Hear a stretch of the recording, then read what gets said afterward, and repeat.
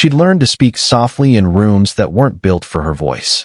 That morning, as Nia Thomas folded her resume one last time and slid it into her bag, she had no idea that staying quiet would almost cost her everything.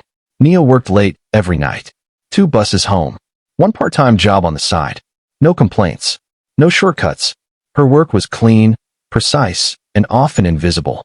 She fixed problems before they became emergencies and built systems nobody noticed until they stopped breaking. In the office, people described her as reliable, a word that somehow never translated into opportunity. The man in charge was Mr. Caldwell. Polished, confident, the kind of boss who talked about culture more than competence. Whenever new roles opened up, the pattern was obvious. White women, similar backgrounds, similar voices, similar comfort. It was never said out loud, but it didn't have to be.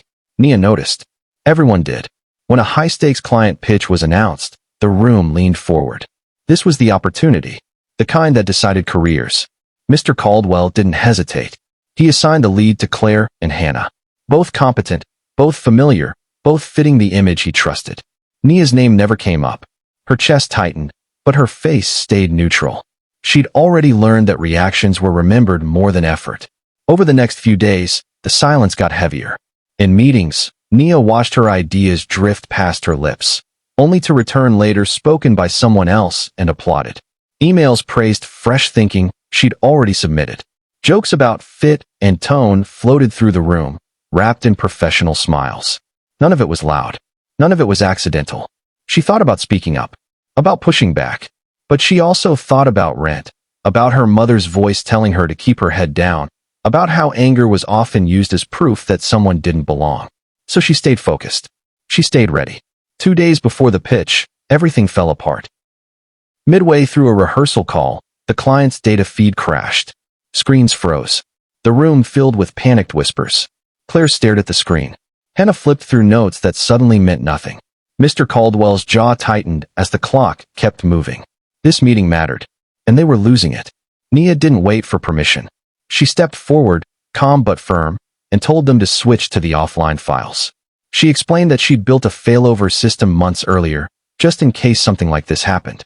She took control of the demo, walked the client through the numbers, answered questions clearly, confidently, without rushing or apologizing. The tension eased. The client relaxed. At the end of the call, the client asked who had handled the recovery. The room went quiet. For the first time, Mr. Caldwell really looked at her. Not as a background presence. Not as a checkbox. As the person who had just saved the deal. He watched as she gave credit to the team, brushed off praise, and returned to her seat like it was nothing special. Something shifted. He realized how many times he decided who mattered before seeing who delivered. Later that afternoon, he asked to speak with her. The hallway felt smaller than the conference room. Nia followed him into his office, guarded but composed. He didn't waste time. He admitted he'd made assumptions, that he'd overlooked her, that his decisions hadn't been fair. He apologized. Nia listened. Then she spoke quietly. She told him that apologies didn't change systems. Actions did. She wasn't asking for favors.